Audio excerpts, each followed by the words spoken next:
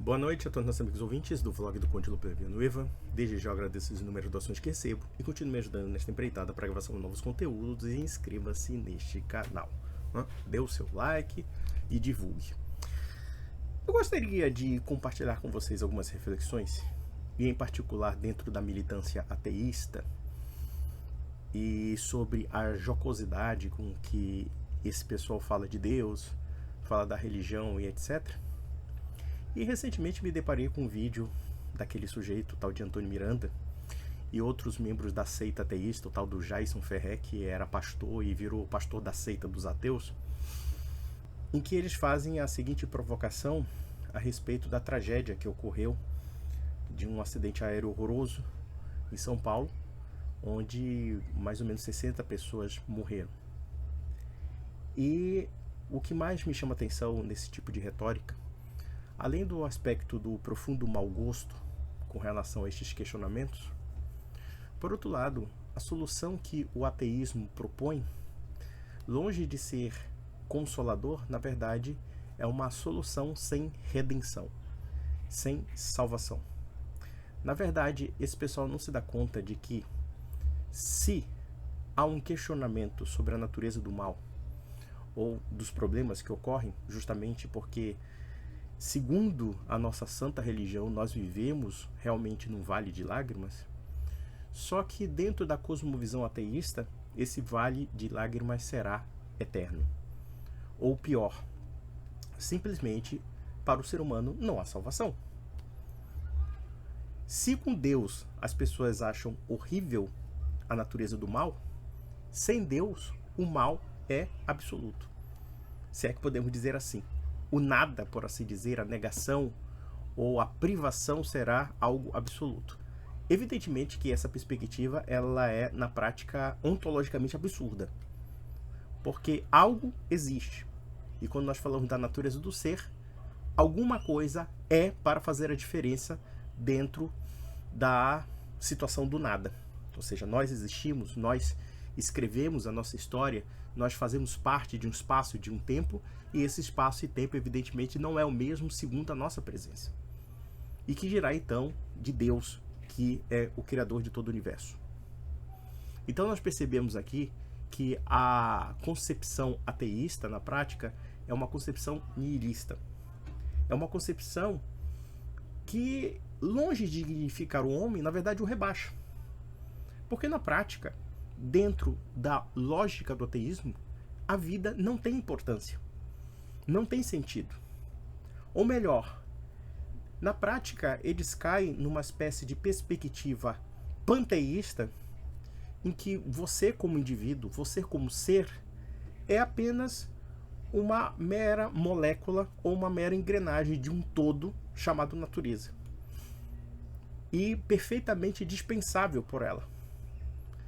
Na verdade, o ateu tem uma espécie de Deus, um Deus chamado nada, porque, na verdade, se nós observarmos bem, quando eles tendem a uma explicação materialista da realidade, há um ponto em que, na prática, essa explicação metafísica se torna incognoscível, porque eles partem da pressuposição de que você é apenas um conjunto de fenômenos naturais e que esses fenômenos naturais não têm razão de ser. E dentro da falta de razão de ser, nós temos a incognoscibilidade das coisas. Simplesmente não há explicação. Simplesmente você surgiu e você vai desaparecer. Você surgiu a partir de um nada, ou seja, de uma sucessão de acasos, e você vai desaparecer por uma sucessão de acasos. Pode ser um acidente, pode ser uma doença, pode ser qualquer coisa. Então, na verdade, nós observamos que, do ponto de vista metafísico, o ateísmo ele cai num curto-circuito. E ele torna certos aspectos que são necessários à nossa vida perfeitamente incognoscíveis. Ou seja, nós não teríamos capacidade de conhecer. Ou melhor, nós não temos capacidade de conhecer justamente porque é uma negação prévia dessa realidade metafísica que nós percebemos pela razão. Então veja qual é o problema metafísico que o ateísmo nos leva. É claro que para uma pessoa que vive uma tragédia, e isso desde a época de Jó, diga-se de passagem, a perda de um parente, uma catástrofe começa, ou então as catástrofes que ocorreram no Brasil, no Rio Grande do Sul, em que pessoas perderam suas casas, pessoas que perderam suas vidas, né? As suas casas destruídas, enfim, o seu lar, né? O seu aconchego, quer dizer, toda a história de vida ali foi naufragada numa enchente. É evidente que eu penso que um questionamento sobre a existência de Deus é até natural, por conta do tamanho do sofrimento que essas pessoas vivem. No entanto, o problema é que a solução oposta não nos redime. Na verdade, nos deixa cada vez mais desamparados.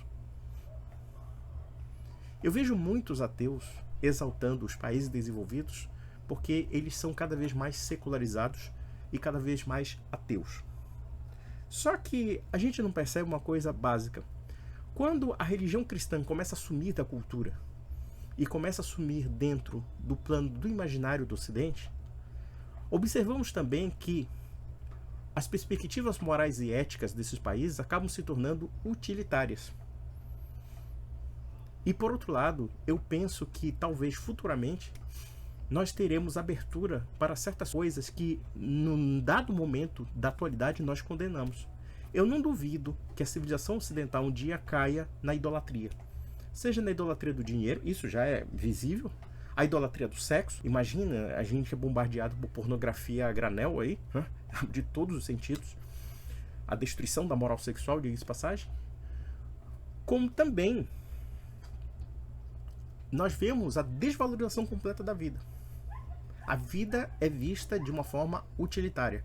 Claro que a grande maioria das pessoas não foi contaminada por esse tipo de ética, mas já percebemos já na natureza do Estado, na natureza da cultura e da sociedade, esse embriãozinho que lembra muito as sociedades pagãs, com a diferença de que pelo menos as sociedades pagãs tinham uma noção de sacralidade mais ou menos bem fundamentada.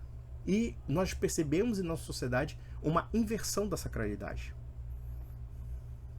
Quando vemos uma sociedade que questiona até a natureza ontológica do ser humano, vide, por exemplo, nas Olimpíadas, no caso de supostamente um homem disputar contra mulheres e se travestir de mulher e todo mundo aceitar isso como natural. E aí, claro, algumas pessoas vão dizer que ela é mulher de verdade, que só tinha testosterona e tal. Eu não vou levar o mérito, mas sim da ideologia gender, da ideologia de gênero, que hoje contamina a civilização do Ocidente e que está pervertendo a nossa noção mesmo da compreensibilidade do ser humano. Isso é um reflexo da nossa perda da cosmovisão cristã. A perda da noção da ordem mesmo, em que a ordem mesma é subvertida.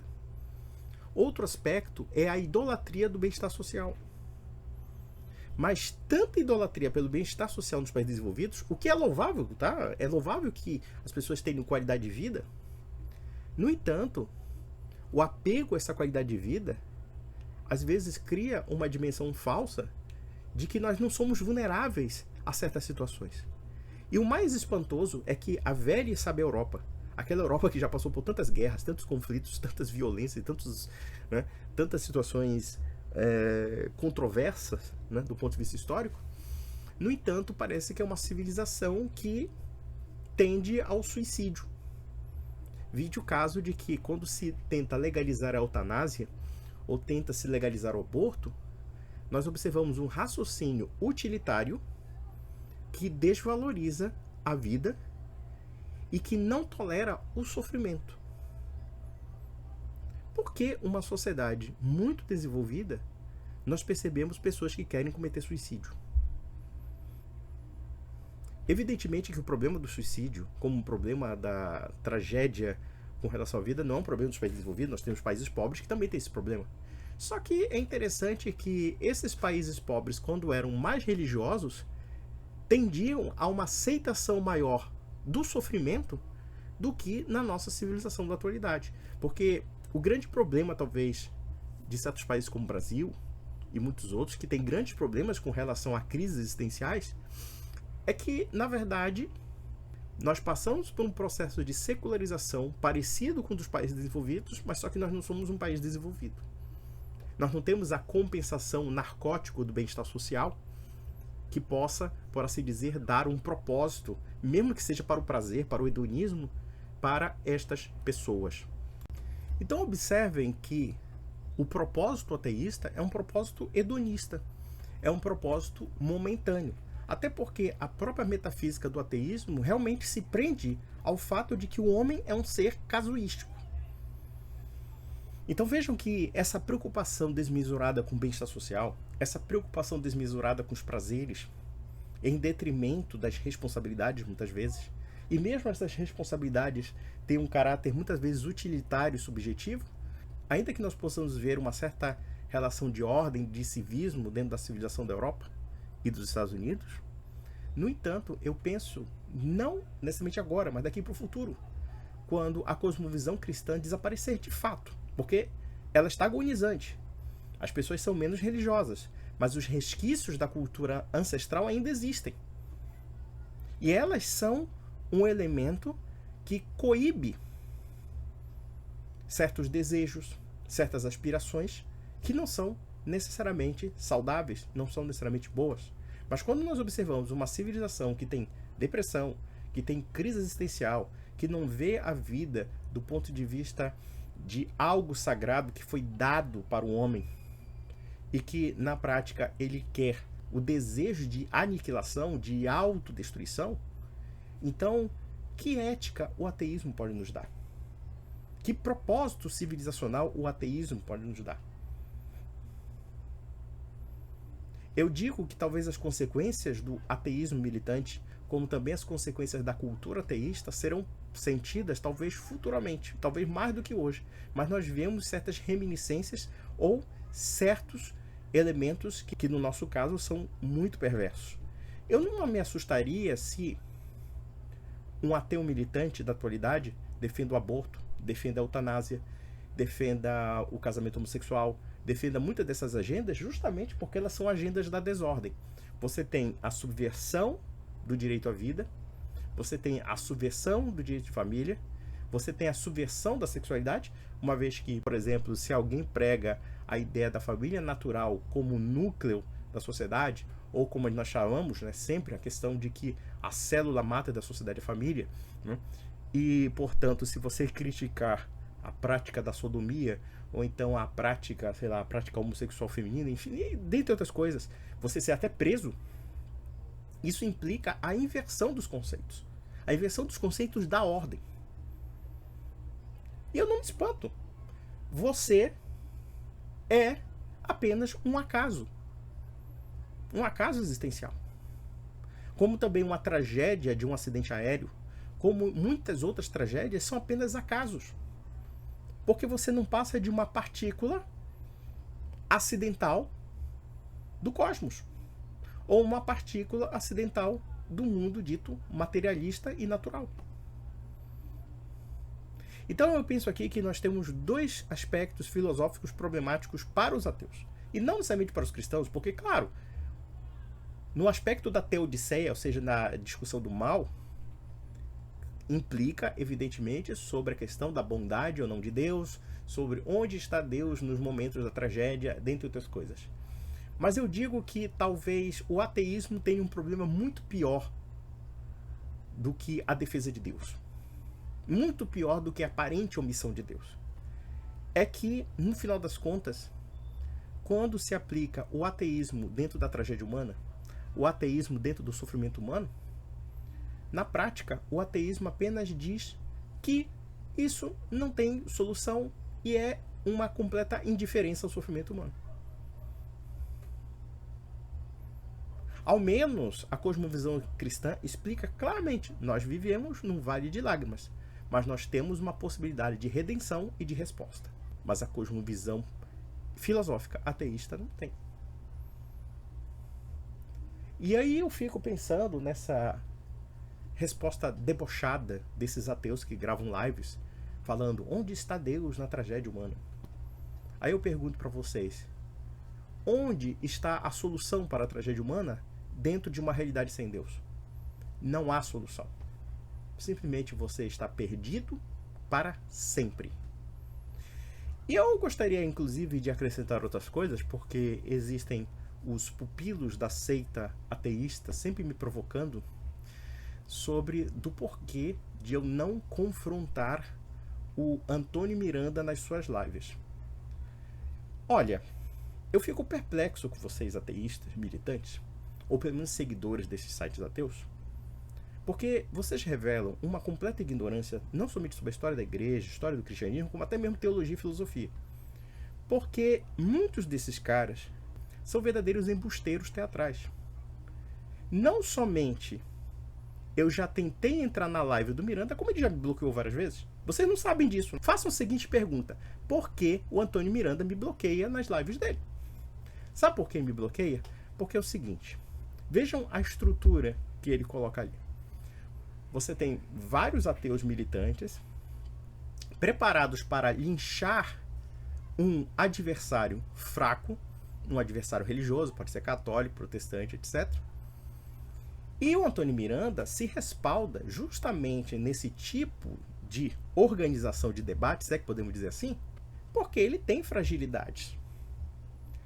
E antes de você, ateu militante, me encher o saco dizendo se eu não respondi ao Antônio Miranda, procure os meus vídeos sobre o assunto.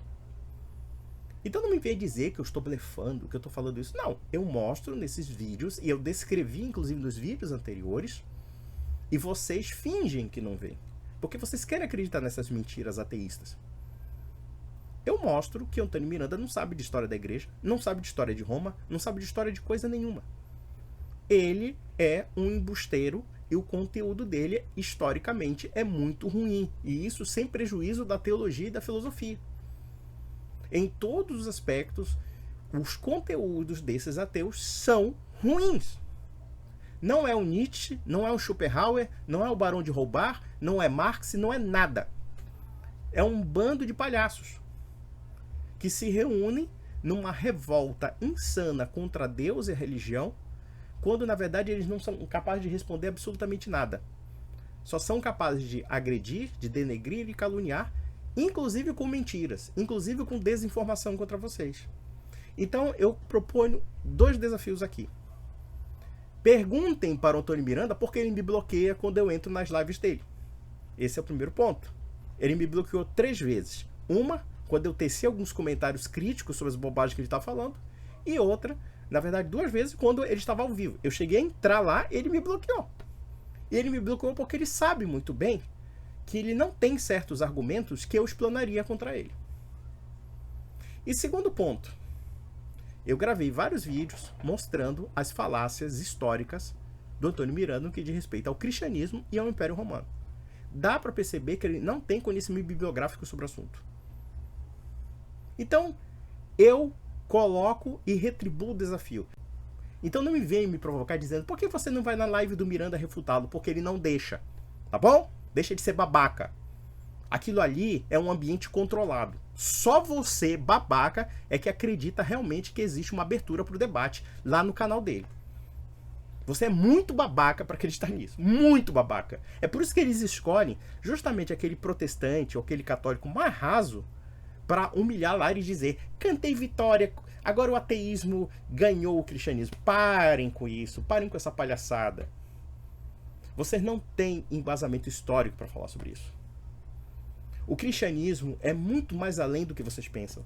Não é a cotinha catequista da paróquia, não é o pastor evangélico raso que pega a Bíblia e faz citação desconexa. Não, o cristianismo não é isso.